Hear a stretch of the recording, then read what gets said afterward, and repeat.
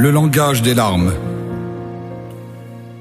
Il y a des larmes de souffrance, des larmes de douleur, des larmes de joie et des larmes de peur.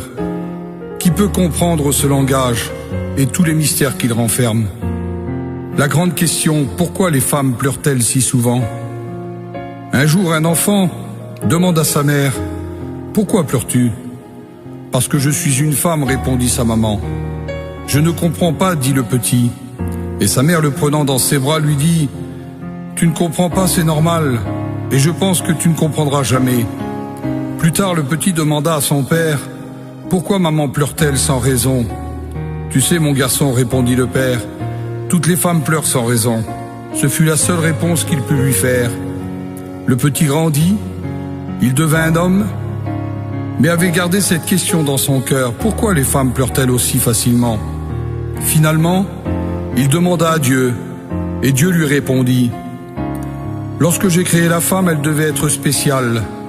Alors j'ai fait ses épaules assez larges pour recevoir toutes sortes d'accusations, mais assez douces pour être confortable. Je lui ai donné de la force pour endurer les naissances, et aussi le rejet qui vient souvent des enfants lorsqu'ils grandissent. Je lui ai donné de la volonté pour lui permettre de continuer quand tout le monde l'abandonne, et aussi de prendre soin de sa famille malgré la maladie et la fatigue, sans se plaindre. Je lui ai donné de la sensibilité pour aimer ses enfants dans n'importe quelle circonstance, même lorsqu'ils la déçoivent et qu'ils la blessent.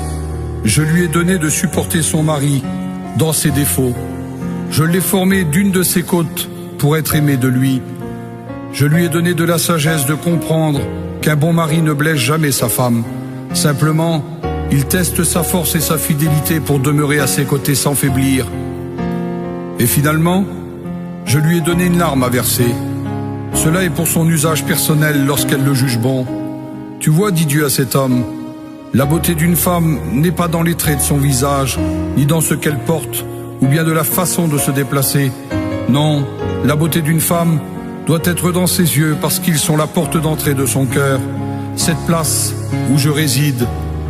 Le psalmiste disait, recueille mes larmes dans ton outre. Il disait aussi, Éternel, ne reste pas insensible à mes larmes. Alors si tes larmes sont un message, dis comme David, Éternel, entends la voix de mes larmes.